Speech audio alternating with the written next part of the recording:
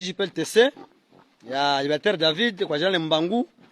Hapa tunakuwa na chef d'état major wa Jenerali Maeshe, njoo uleko na shona pale shene ya PKM iko naongeza pale ravitaillement Masasi.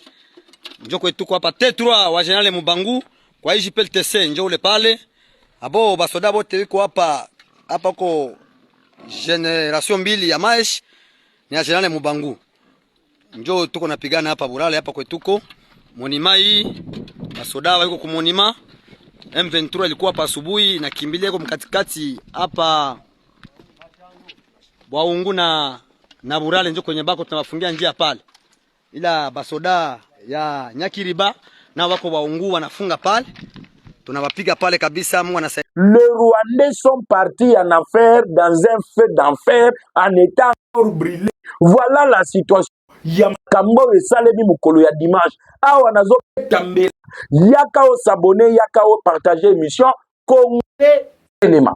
L'histoire retiendra que ba Rwandais ba mekaki kokota na Congo mesimbaki te, batumbaki bango ndenge batumbaka Thompson, batumbaki bango ndenge bakotumba soso. Omoni soso kolamba toli ate tumba ye. Et maintenant la paix habite leur peuple.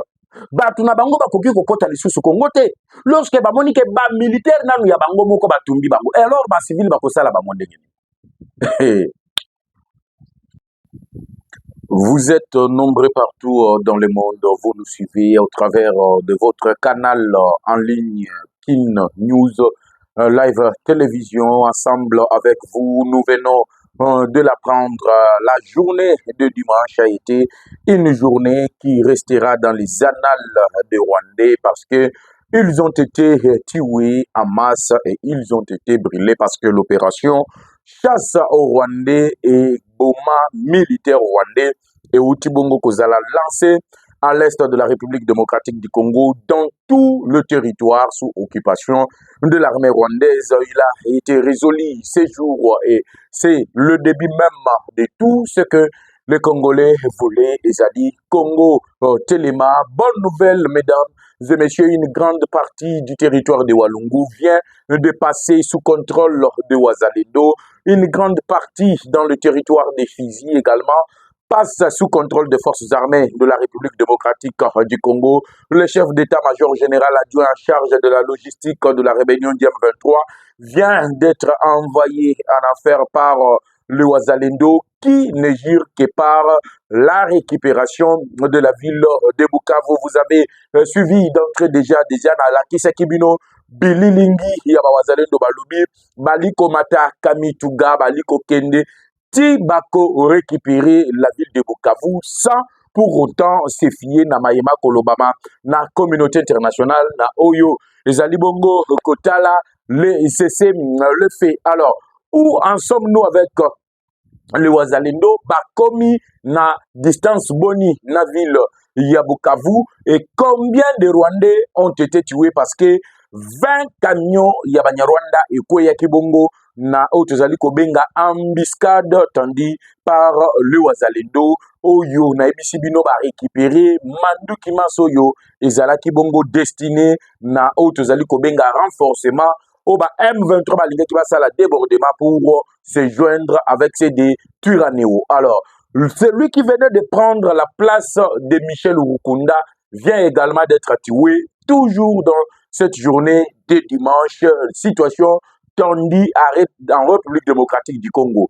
Le bateau de Joseph Kabila vient d'être intercepté. Soko tali na katikati ya bateau biloko yo bazukuna nini ezalaki kuna ezalaki destiné po ekomati na province nini tokobeta masolo na yango na manaka na bino bouti ko aimer déjà na banzi bouti ko s'abonner massivement sur votre chaîne parce que awa nazo ebisa bino ke bisika ezaka moko ya kolanda biloko somo pe ba prouesse ya forces armées de la République démocratique du Congo. Voilà pourquoi toko senga na ba imboka nyonso tout partout dans le monde bo aimer vidéo bo partager ba Wazalendo ba récupérer Walungu. Ba Wazalendo ba récupérer Fizi. La rébellion du M23 était en train de partir pour aller se joindre na groupe armé toali kobenga Turaneo. Nanzela bakokende. Bazalaki na chef d'état-major général adjoint en charge de la logistique de l'armée rwandaise. Wana bakotambolaka bali kokende vers le territoire de Fizi, vers le haut plateau ya Minembwe, baye kokwaya na mama na Mbiscade. 20 camions remplis de munitions, 20 camions remplis de toutes sortes d'armes. Ba récupérer manduki oyo et bazalaki nango. Donc lorsque vous regardez ce type d'armes, mesdames et messieurs, tu ne peux pas te rendre compte qu'un groupe armé oyo Rwanda lingia talisa na monde mobimba ke bazali ba un groupe armé congolais ba koki ko utiliser ce genre d'armes. Que ce soit les armes lourdes, les roquettes, que ce soit les armes légères. Au moment où je vous parle, toutes ces armes ont été récupérées. Une grande partie du territoire de Walungu vient de passer sous contrôle des forces armées de la République démocratique du Congo. Une grande partie dans le territoire de Fizi. L'armée contrôle Sion. Le Wazalendo contrôle Sion. En plus de les avoir tendu l'embuscade, ceux qui étaient de rescapés, qui ont été arrêtés vivants, ont été brûlés vifs. Ceux qui ont tali image, bani kotumba mutu, na babotu na ye, na tenya zalaki nango, na ndenge bazalaki blessé, parce que batindi kelaki bango ba roquette oyo renversaki ba mituka ibandaki komema bango pour aller faire jonction. Et vous vous rappellerez que depuis Tobomi oyo Michel Rukunda, le général autoproclamé, Banyarwanda Bazaliko s'est mobilisé partout. Bon, vous avez vu la vidéo dont j'ai parlé ici. Voilà pourquoi nous avons lancé la campagne Congolais Téléma. 30 ans, ça suffit. 30 ans, yako yiba biso, ça suffit. 30 ans, yako violer bandeko na biso abasi, ça suffit. 30 ans de vol, yaba minéré na biso, ça suffit. Et cette fois-ci, Congolais Téléma, parce que ton dimalisou souté, pas même un centimètre carré de notre territoire et kende na maboko ya Banyarwanda. Wana bango bandeki ko se mobiliser pa ina bango. Balobi ke ba récupérer ba territoire ebele. Balobi ke bazali na contrôle ya makambo ebele. Et que leur civil bandeko na bango basi mibali bakoko, il fallait qu'il va traverser. Baya ko s'installer na ba village où ils allaient sous occupation de l'armée rwandaise. Or, ça fait des mois et des mois. J'avais déjà alerté sur le plan du Rwanda. Le plan du Rwanda, c'est d'exterminer les Congolais. Le plan du Rwanda, c'est de tuer le véritable Congolais et de le remplacer par les Tutsis, de le remplacer par le Rwanda. Et au fur et à mesure, ces Rwandais vont réclamer qu'ils ne veulent pas dépendre de Kinshasa parce que le droit administratif leur permet de décider sur quelle direction Bango Balingi Bazwa peut et diriger Bango. Et voilà pourquoi ils ont essayé de concrétiser Yango. Lorsqu'ils ont pris la ville de Goma, ils ont pris la ville de Bukavu et ils fonçaient vers la ville d'Uvira. Mais c'était sans compter sur la détermination du général autoproclamé Yakutumba, de Wazalendo Barmaïmaï et de Wazalendo qui dirige le général Foka. C'est lui le général Foka, le tout-puissant, qui a bravé la paix. Aujourd'hui, voir le peuple ya Bukavu, bali koyembe la Corneille nanga ba koyebisaye toza na posa comme l'armée rwandaise awate. L'armée rwandaise doit rentrer d'où elle est venue. Et nanga important aye kotika message a koloba nini denge botika liwana soki bali ko continuer, il faut le et tuer. Voilà pourquoi Bomoni va salaki massacre. Malgré cela, le peuple a compris qu'ici c'est un problème existentiel. Ici c'est un problème de notaire. Comment voulez-vous que 120 millions de Congolais bakende en exil pour bakende oluka mabele mususu nangonga otoza nango na 21e siècle, ce qui est impossible. Voilà pourquoi il a été lancé la campagne chasse aux militaires rwandais. Deux embuscades les ont été tendues. Donc, journée à dimanche, Nazoué Bisabino, que Partout, le M23 est en décadence. De pertes énormes ont été enregistrées. De pertes énormes, je vous dis, ont été enregistrées. Et ils sont en train de pleurer leurs frères qui ont été envoyés en affaires. En commençant par ce que nous appelons Kamituga, Walungu, Fizi, Minembwe, Kamanyola, Nyangezi, à quelques kilomètres maintenant de la ville de Bukavu, où tout le monde commence à crier. Bah, comme il faut crier, bah, Kolobani, oh non, le gouvernement de Kinshasa vient de violer les cessez-le-feu. Or, ils oublient que le gouvernement congolais a le droit de protéger le peuple civil tué, massacré par l'armée rwandaise. Au moment où je vous parle même, la Grande-Bretagne, la France et tous les autres de l'Union européenne, même si la France continue à jouer, na autre zali kobenga hypocrisie, cela n'a pas empêché la Grande-Bretagne de notifier au Rwandais les différentes sanctions qui ont été prises. Mais là, ça sera sur le front diplomatique et j'essayerai de parler de ça sur le front diplomatique. Mais là, nous parlons d'abord de la grande victoire de Ouazalendo. Au moment où je vous parle, Barwande baye ko ravitailler Bawazalendo. Comment tu peux dire Barwande ba ravitailler Bawazalendo? Écoutez-moi très bien. Minuka babandaki ko kende nango ba kende opesa turaneo. Tango bakwai na mbiskade. Pour ne pas me répéter, na ebisaki bino ke Babomi, chef d'état-major général d'Abango en charge de la logistique. Il a été tué. Et toutes les munitions, toutes les armes ont été récupérées. Balanceurs de roquettes multiples, balance-roquettes, les armes lourdes, les armes légères. Donc, ils ont servi à quelque chose. Pourquoi? Parce que baye ko ravitailler bande ko na biso ba Wazalendo na minduka ko permettre bango ke ba forcer lisusu mingi na ville ya Bukavu.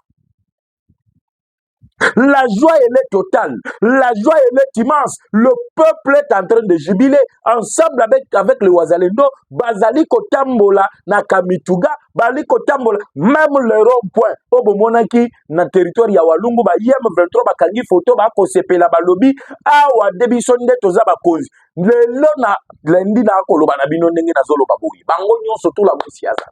Aucun Rwandais n'a pas résisté. Parce qu'on les a brûlés. À part d'abord ya koboma bango kotia bango mitambo yo ekoya bakoya ki na kati na yango, on a brûlé ceux qui ont été arrêtés. On les a brûlés vivants.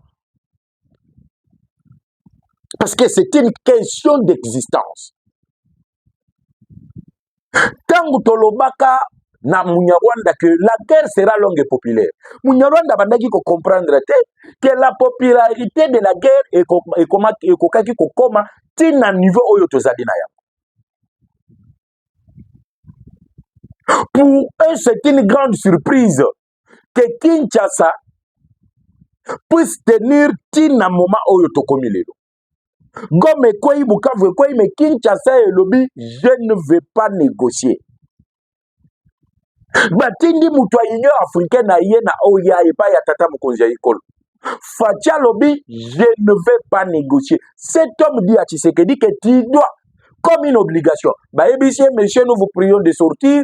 La République démocratique du Congo ne négociera jamais avec le rebelle du M23.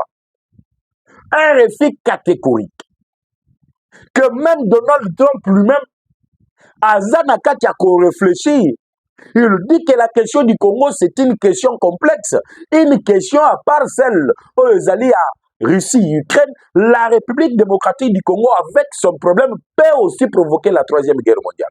Et aujourd'hui, permettez-moi d'ouvrir cette brèche. Avant que Toya Kobeta Masolo, à combien de kilomètres sommes-nous maintenant de la ville de Bukavu? Et quel est le bilan de cette embuscade tendue par ce que nous appelons le Ouazalendo? Na banyangala kata batufu mutua oyo tobengi M23 na armée rwandaise qui ont été envoyés en groupe et en détail en affaires et leur vie s'est arrêtée aujourd'hui. Au niveau de l'Afrique, Bamboka nyonso ezali ko se disloguer sur la question de la République démocratique du Congo. Le Tchad, le Burkina Faso, le Mali, avec le général Assimi Goïta, vous prenez le Burkina Faso avec le capitaine Traoré, vous prenez le Tchad avec leur président dont le nom m'échappe, Bango Balobi Bakosa, la coalition pour restaurer la paix. Ils ne peuvent pas comprendre que le Rwanda, dans le 21e siècle, puisse avoir les idées de faire la guerre à son pays voisin. Ndebomoni, chef d'état-major général à Kitina Kalemi, pour réceptionner les équipements militaires modernes qui viennent de fouler. Parce que bango bazalaki na boule na bango ya kokota na niveau ya Kalemi. John Numbi na batu na bango pe ba créer groupe armé na bango oye kokota du côté de Kalemi. Et vous savez que dans la province de l'Ituri, Thomas Lubanga déjà assis à créer qui peut oyaye oyo ekosala alliance na otobengi M23 et oyo pe kulinga ke bima dans le territoire de Tanganyika dans na niveau ya Kalemi bango pe balinga ki basala alliance na rébellion ya M23 siko ba kotala ke tous les deux groupes armés ba landeli yango ba filé malembe tibaye ba kangi ba bloqué même ceux-là qui étaient des formateurs ont été neutralisés ba komita la boye bazali isolé diplomatiquement la voix du Rwanda ne se fait plus entendre. Kagame a komi ko santete oyebi nyoka soki basi babomiye mukila na ye atika la kaka ali koningisa mukila comme pona kotalisa batu ke nazali na bongo ikeba na uswayo zokande basi babomaye kala ebemba nyoka somo nango nde ozali komona Kagame ali kosala lelo. Regardez, Kagame convoque le conseiller et le commissaire ya otozali kobenga la Grande-Bretagne et Kagame prend le courage pour dire que non à Kati ou soit il sanctionne la Grande-Bretagne. Et lorsqu'il dit qu'il a sanctionné la Grande-Bretagne, le secrétaire d'État David Labi arrive dans le niveau tozali kobenga ya Maison Blanche. Ensemble avec le secrétaire d'État américain en charge des questions Oyali Kotal à la sous-région et aussi les questions Oyali Kotal à l'Afrique, baouti kozwa décision que cette fois-ci Kagame a robikate. On va maintenant amener Kagame manu militaire, soit tu te retires, soit c'est maintenant les troupes d'attaque avec un mandat offensif qu'on va donner na ba troupe ekoya nde bomona ki Kinshasa s'opposa ki na ba troupe wana européen oyo baloba ki faut baya pote ba zongisa ba M23 bomoni même réunion il fallait ki ça le mana niveau ya réunion ba chef d'état-major général à FARDC ya bato yo ba pays membre ya EAC na ba pays membre ya SADC il fallait que ça le est-ce que ça le mi qu'est-ce qui a fait que ça le maté Kinshasa n'arrive toujours pas à comprendre que Kagame azali na kati ya kosantete. Nde oye komona ba wazalendo balobi makambu na bino ya cesser le fait. E kota la bisote. Biso ba wazalendo tozo kende manu militaire. Ti to ko récupérer Bukavu. Vidéo yo bomoni. Ba ebisi bino ke lelo ba conquérir Walungu mobimba. Ba oyo bazali na territoire ya Fizi ba conquérir Fizi mobimba. Ba oyo bazalaki na axe ya Kamanyola avant même na tango bazui Kamanyola ba forcer encore ba te kozwa Nyangezi tango bazui Nyangezi le M23 se retrouve maintenant encerclé parce que Walika les récupéré Fizi récupéré pas moyen ya kosala liaison entre l'armée rwandaise et le groupe armé Twirwaneho coincé na ndenge wana divisé kuna la 30e région militaire a déclaré guerre contre les terroristes ya tozali kobenga le Twirwaneho le Rwandais qui se sont expatriés sur le Congo pour tuer les Congolais, les éliminer, et remplacer les Congolais par les Tutsis. Bango pe coincé. Maintenant, Bukavu se retrouve coincé parce que les forces armées, ensemble avec les Wazalendo, sont à quelques kilomètres de la ville de Bukavu. Ils sont à quelques kilomètres. Yango bomoni. Même ces petits-là, Willingoma. Bomona ki ndenga ki maki grenade. Yepe batanda qui est piège. Au moins, n'inenge bakitakawana, bazana posa kosa la vidéo. Les gens doivent voir, ils doivent diffuser sur les réseaux sociaux. Et moi, je ne peux pas mettre la vidéo pour faire la publicité de quelqu'un qui tue mes frères, de quelqu'un qui est en train de marginaliser nos frères à l'est de la République. Mais il a été visé par une grenade. Heureusement pour lui. Parce que ngai posa nanga, que comme on avait décidé, Badron et Sengeli est ciblé les autorités politico-militaires à Banyarwanda. Et Sengela qui tout le monde que Awa Wilingo Makei, Bertrand Bissimo Akei, Corneille Nanga Yabelo Akei, et que tous sont tués parce que Bayaki peut exterminer les Congolais. Et tout celui qui trahit la République démocratique du Congo finira par mourir. Voilà pourquoi, mesdames et messieurs, on devait vous présenter ce que les Ouazalendo ont fait la journée de dimanche. Na lobi na bino journée ya dimanche. Munyarwanda ke na lifelo kolela. Munyarwanda babeti ye ndenge babeta ka mwana muke. Batumbi ye ndenge bakotumba Soso. Batumbi ye ndenge bakotumba penza Thompson.